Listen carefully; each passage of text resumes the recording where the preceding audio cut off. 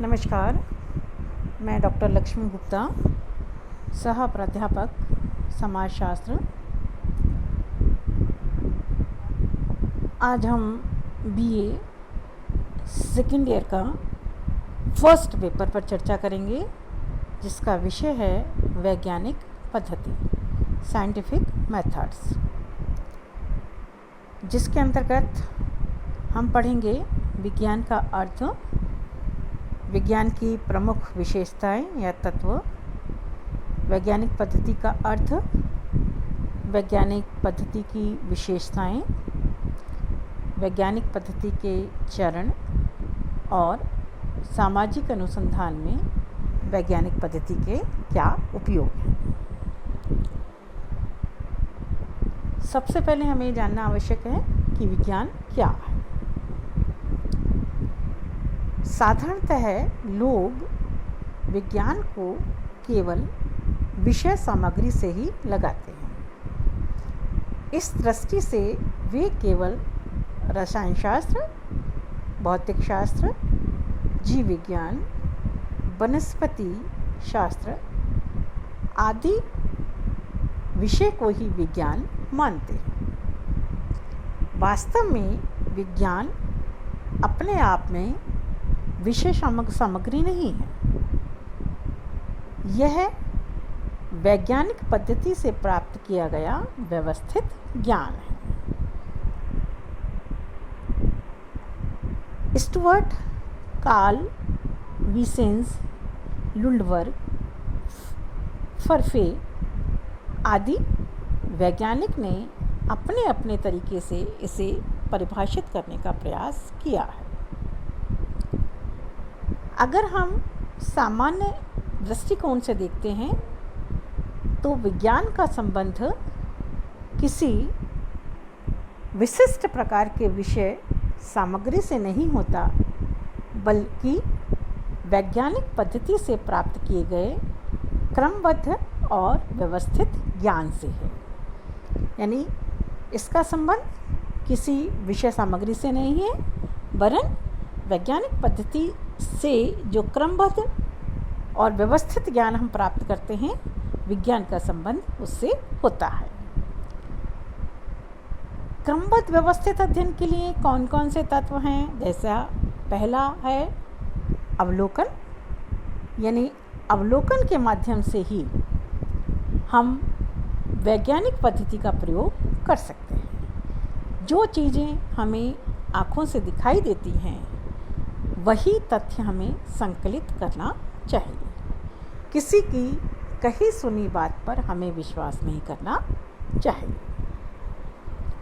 दूसरा है सत्यापन, यानी हमने जो भी तथ्य संकलित किए हैं, वो संकलित तथ्य का हम जांच करने का कार्य कर सकते हैं, पुनः परीक्षा करने का कार्य कर सकें। ऐसे तथ्यों को हमें संग्रहित करना चाहिए।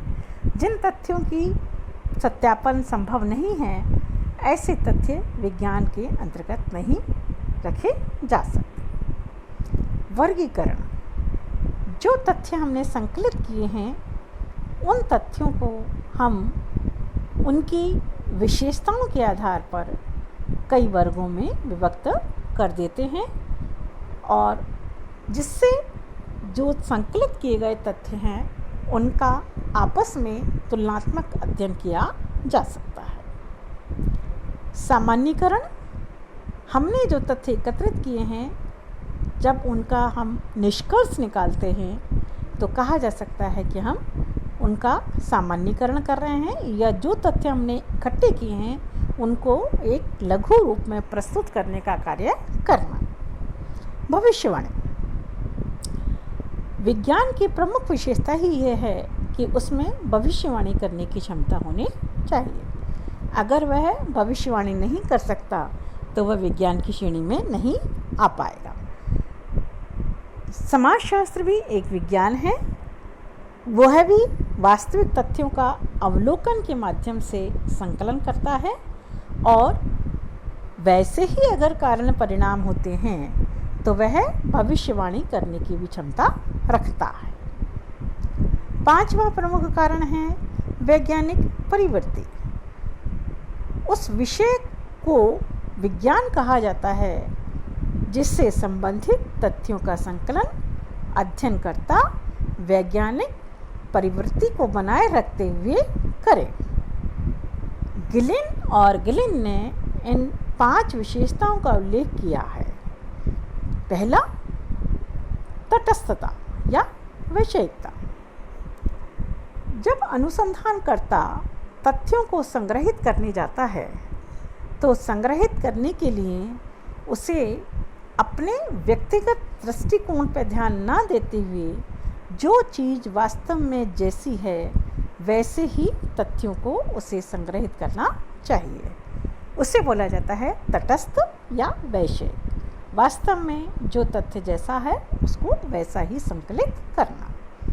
दूसरा है धैर्य।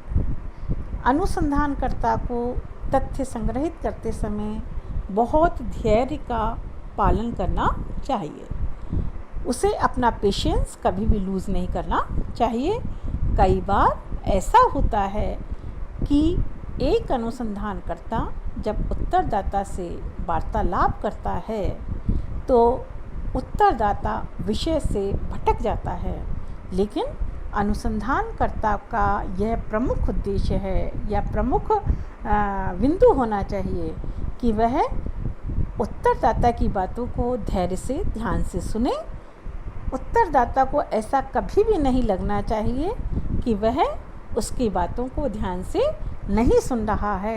अगर उसे ऐसा लगने लगेगा तो वह कभी भी वास्तविक जानकारी एक अच्छे अनुसंधान को देने का कार्य नहीं करेगा। सख्त मेहनत और कठिन परिश्रम।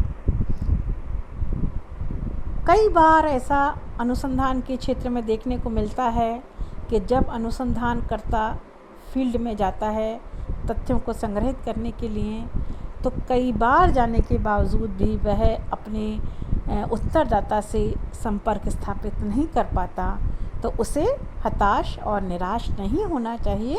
उसे बार बार प्रयास करना चाहिए, क्योंकि वह उत्तरदाता ही एक ऐसा व्यक्ति है जो हमें सही जानकारी देने का कार्य कर सकेगा, जो हमारे अनुसंधान की रीढ़ की हड्डी भी कही जा सकती है। ज्ञान की जिज्ञासा की प्रवृत्ति। जिज्ञासा की प्रवृत्ति कही जाती है कि किसी भी चीज़ को जानने की इच्छा उसमें होनी चाहिए। अगर उसकी यह जिज्ञासा समाप्त हो जाएगी तो वह कुछ नया करने का कार्य नहीं कर पाएगा। तो ज्ञान की प्रवृत्ति या जिज्ञासा की प्रवृत्ति उसमें सदैव बनी रहनी चाहिए। जिज्ञासा कभी भी शांत नहीं होना चाहिए, क्योंकि ज्ञान का कोई भी अंत नहीं होता। लास्ट और प्रमुख विशेषता जो उन्होंने बताई है, रचनात्मक विचार शक्ति।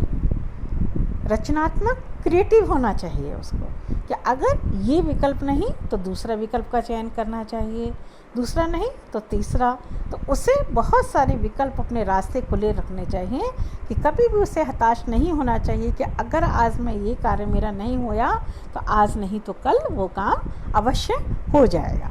तो उसकी जो विचार शक्ति है हमेशा रचनात्मक और पॉजिटिव ही होनी चाहिए। अब वैज्ञानिक पद्धति को समझने से पूर्व इन सारी बातों को जानना अत्यंत आवश्यक था कि विज्ञान क्या है, विज्ञान को किस तरह परिभाषित किया गया है, उसके कौन कौन से तत्व हैं और गिलिन ने इसकी कौन कौन सी 5 ऐसी विशेषता बताई हैं जो साइंटिफिक एटीट्यूड्स को विकसित करने का कार्य करती है। Thank you.